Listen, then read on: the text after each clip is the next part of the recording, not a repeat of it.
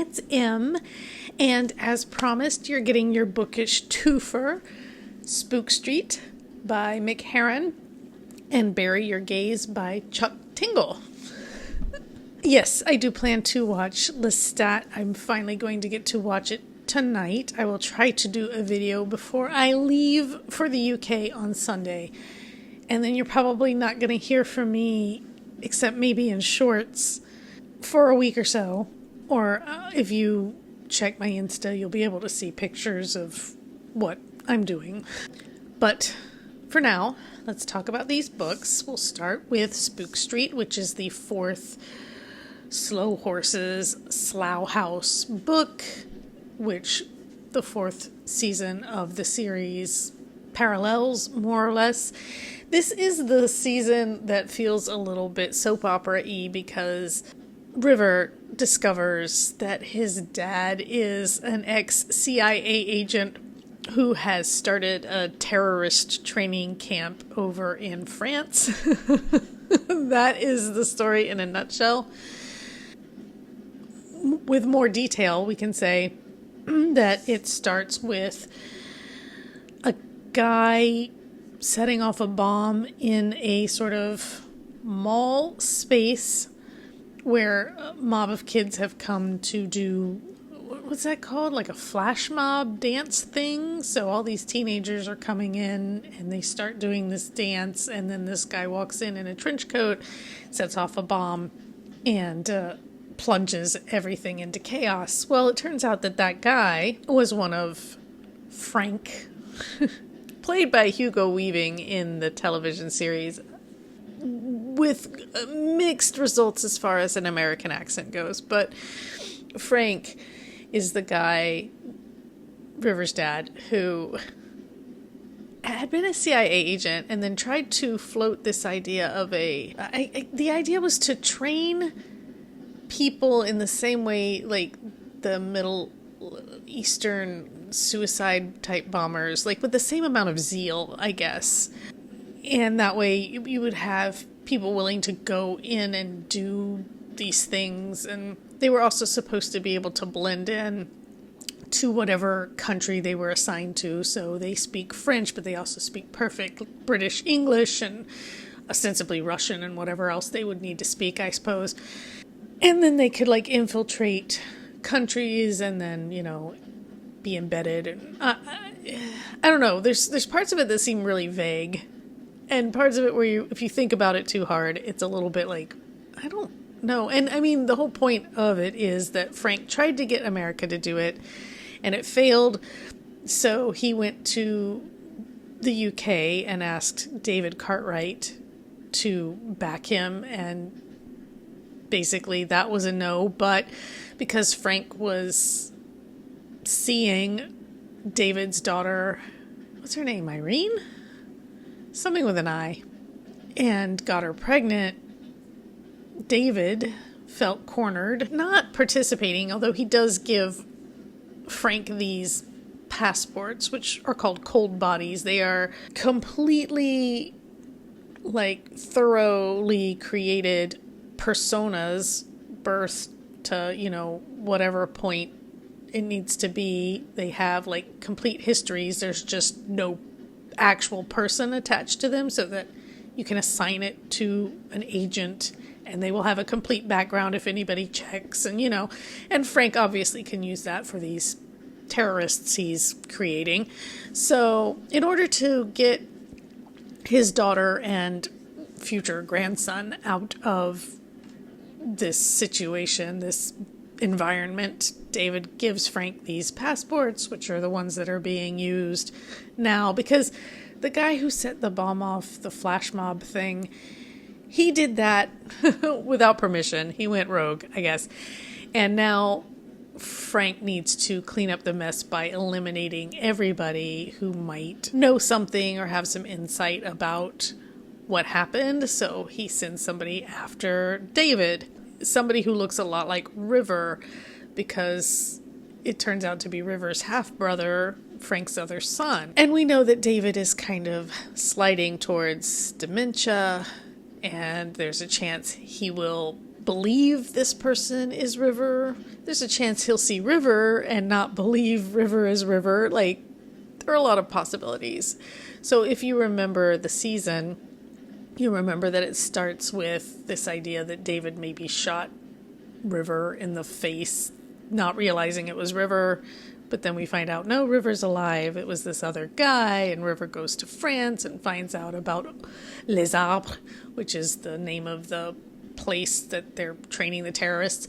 Now, in the book, when River arrives, Les Arbres is already burned to the ground. There's nothing left. In the series, they went ahead and had him able to kind of enter the house, which has been abandoned, and walk around a bit, find some of his mother's artwork or something. That does not play a part in this book. His mother is mentioned, again, mostly in passing. There's no real feeling of attachment there.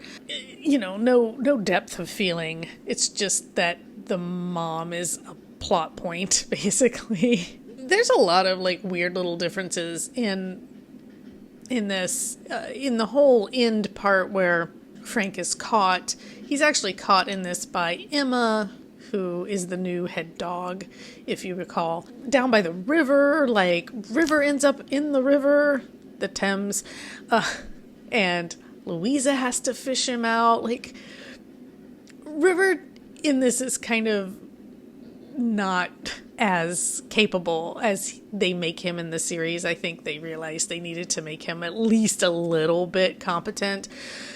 In this, he is never, like, handcuffed in the car. I know I'm bouncing around, and I'm assuming you've watched this series. I will put a disclaimer in the description to make sure that anybody who hasn't watched it doesn't watch this and go, what are you talking about? But anyway, in the series, River is handcuffed in the car, which limits his ability to help himself and Emma or anybody else when Patrice arrives to, what do they call him? Like French Terminator, hot French Terminator, something like that. When Patrice arrives to do whatever, you know, he's trying to do, I guess at that point, eliminate River. But no, he doesn't. I can't remember if in the series he wants to eliminate River. In the book, he's like so surprised at how much River looks like the dead Bertrand that he just decides to grab River and take him. And he ends up taking him to Frank. Oh, and then Patrice goes and shoots up Slough House and kills Marcus, which happens in the book. And Bad Sam in this does not get, like, killed right away. He goes back to Slough House with Louisa and Marcus, who have extracted him from the clutches of Patrice. And he and Lamb have this long conversation about David, who is also being, you know, hidden at Slough House at that point. And Bad Sam ends up being shot by Patrice in Slough House. There's no, like, him going to his apartment or his office or whatever and getting, you know, caught out or anything like that. He just happens to be in Slough House when Patrice enters. So Bad Sam and Marcus die in Slough House, and we do have Moira, the new Catherine, who's there for like the episode, and then Lamb maneuvers her out and gets Catherine back in because Lamb likes things the way he likes them, and he will fix things the way he wants them fixed. It's kind of the same story. Again, the television series, the changes they made it more interesting, gave the characters a little more depth, made River a little more competent, that kind of thing. But, you know, it's fine. I liked it better. I liked the book better than the last one. I gave this one, I think, 4 stars. I liked it better than the last one, which was Real Tigers. I don't even remember what that one was. Wow. So, see, like, it fell right out of my head, I guess. Oh, no, Real Tigers. That's the one where they have the big shootout at the end in the records room or whatever. Yeah, that was dumb.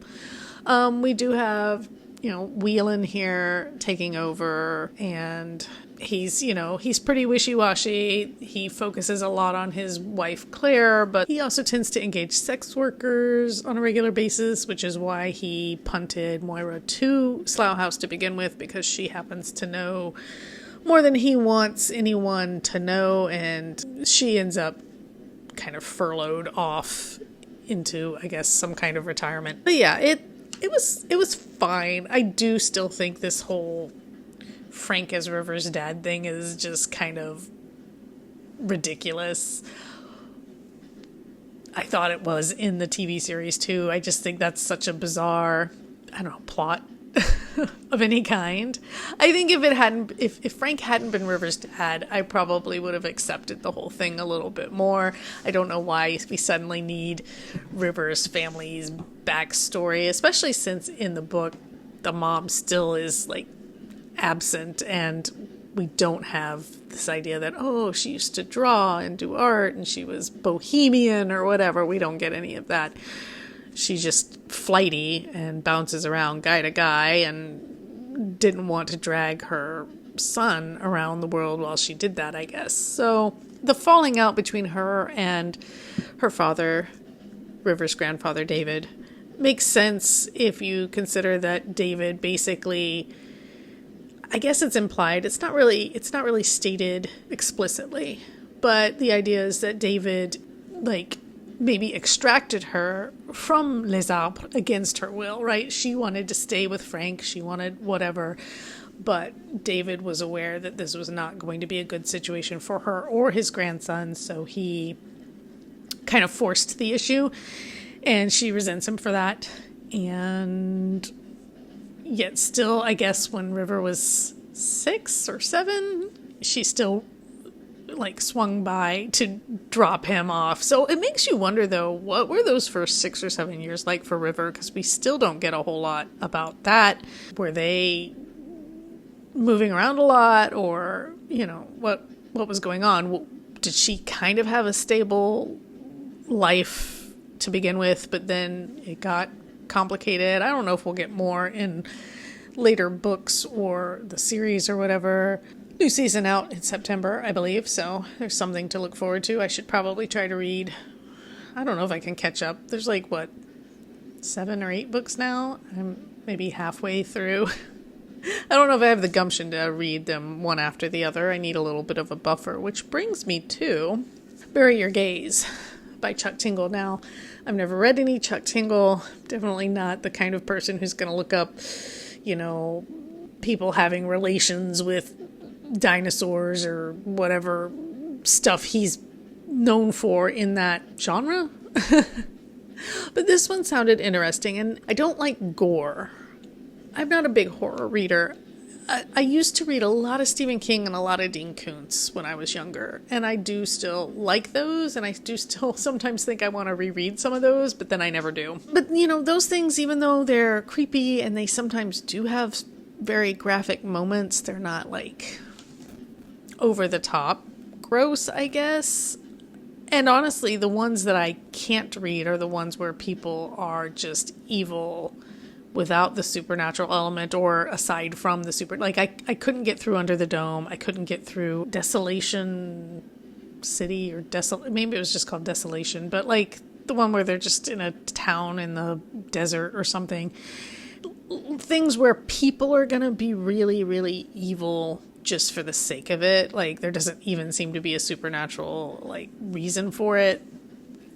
Those kinds of stories I honestly cannot stomach. But I also can't stomach a lot of body horror. And Bury Your Gays, it walked the line for me. I got through it.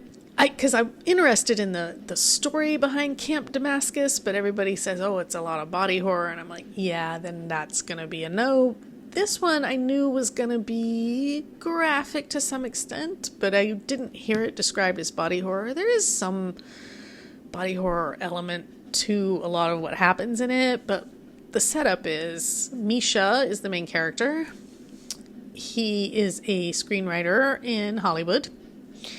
He's currently he's the creator of a television series called Travelers, which has 2 female leads that, you know, the will they, won't they tension has been building, and the big plan for the next season, the finale, is for them to finally get together. Well, the studio doesn't want that to happen because they don't think they can sell it. It won't be profitable, so they want Misha to kill off the leads, get some younger bodies in there, and go from there, and he's not keen. Well, when he refuses, bad things start to happen. Namely, the villains from horror movies that he used to write back in the day. He was kind of a schlock horror writer at the start to turn up and threaten him and his friend Tara and his boyfriend Zeke. And yeah, it's a lot of him trying to figure out how to not die, how to keep his, loved ones safe, and what's going on. How are these creatures coming to life? I had it figured out pretty early on what was going on, but that didn't actually disrupt any of the enjoyment for me. It was a good book. I really liked it. I gave it 4 stars. It's probably like a 4.3. I mean, I really debated between 4 and 5 stars for this one because I actually really, really enjoyed it. It's not super long. It goes at a good clip. Even though I knew what was happening, I still wanted to see how Misha dealt with it, because there were moments where I was like, I don't see how you're getting out of this, though. Like, how is this going to work? In the book, Misha is also nominated for an Oscar for a short film.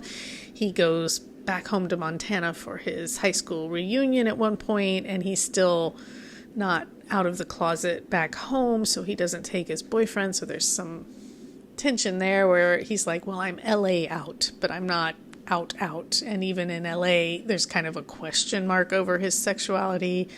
It's kind of like people know and or assume, but he hasn't ever just confirmed it. So there's a lot of subtext here about queer joy versus queer tragedy. I love that Tara's asexual. A big part of the whole reason I wrote The Switchgrass Crown was to have an asexual hero. I don't know if you can call Lucas a hero, but an asexual main character that has to negotiate having like relationships even though he's ace, and I just feel like we need more like that. So I really appreciated this book for that as well. Tara's super competent, super helpful, and it's cool that she's ace. Also, she just sounds like kick-ass styling too. Like, I love the descriptions of like her clothes and everything in this.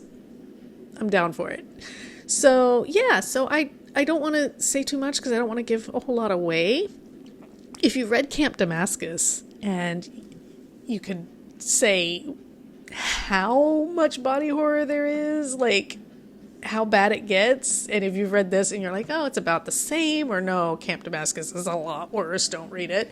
I would love to know, because I really kind of want to read it, but I'm kind of scared that it's going to go beyond my ability to stomach, you know what I mean? So kind of a wimp in some ways, and this is one of those ways.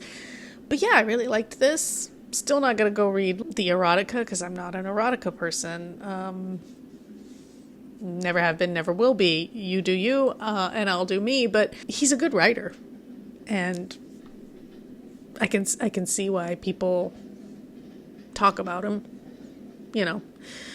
And also I always love a good story set in Hollywood, having done my time in those trenches. There's just something about it. You're just nodding along. Oh yeah, that's totally how it is. That's how it goes. So it does make me wonder if Chuck Tingle does spend time in Hollywood or has some kind of access to that, because I'm like, oh yeah, that is what that's like. That's what I've read.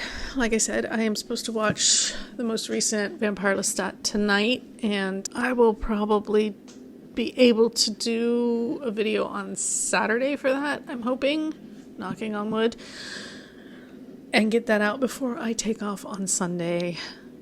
And then, like I said, if you follow me on Insta, MPL Books, you will get to see what I've been up to. If you go check it out now, you'll see some of the stuff from Disneyland from last week. I think there was a short here from Disneyland too, just like a super short. I had this drink called Raven's Wing. It was so good, you guys. I'm a lightweight. I can barely finish one alcoholic drink most of the time. I drank 2 of these down to the bottom and was woozy, but it was worth it. I love really sweet drinks.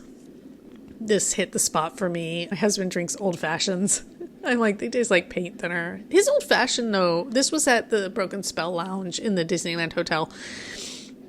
His old fashioned there, it was like a chocolate chili old fashioned or something. Actually was really nice too. And that's surprising because I usually don't like those kinds of drinks. It might have been sweeter than he liked, though. He likes the one at Hearthstone Lounge. If you ever go to Disneyland, we go semi-regularly. Hearthstone Lounge. I like the Orchard Swig, which is a non-alcoholic drink made from like apple cider and ginger beer. I love it. I could probably make it at home, but they do it so well. I'll just go there. Trader Sam's. Love that place. Sorry, I'm digressing. But anyway, if you want to know more about that stuff, my Instagram is the best place to look.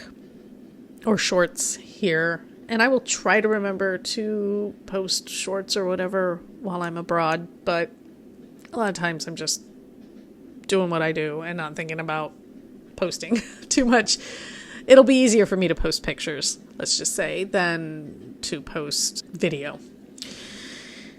But yeah, that's all that's going on here. And until next time, take care.